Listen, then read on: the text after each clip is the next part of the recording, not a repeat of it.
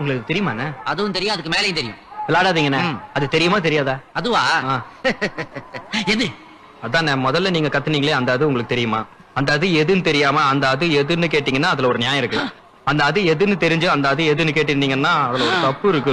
அந்த அது தெரியாம கேட்டப்பா, விட்டுருப்பா. நீ தெரியாம கேட்டிருந்தாலும் எவ்வளவோ எதோ இருக்கும் போது ஏன் அந்த அது மட்டும் கேட்டீங்க? ரெண்டு பேருக்கு எது வந்தாலும் என்கிட்ட வாங்க. வந்துட்டான்டா வாஷ் பேசின் வாயே. அப்ப நான் அதுல கை கழுவிடுமானே? காலே கழுவலாம். உட்காருங்கண்ணே.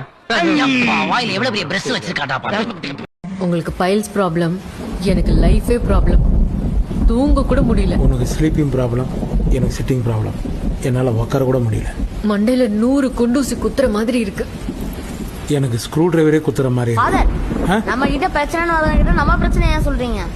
அதிகாரம் 41 ஆண்டவர் என்ன சொல்லியிருக்காரு? என்ன சொல்லிருக்காரு? நீ பயப்படாதே, நான் உன்னுடனே இருக்கிறேன். டேய், உனக்கு எத்தனை முறை நான் சொல்லியிருக்கேன் எனக்கு தெரியாம என் பைபிள் எடுத்து படிக்காதானே?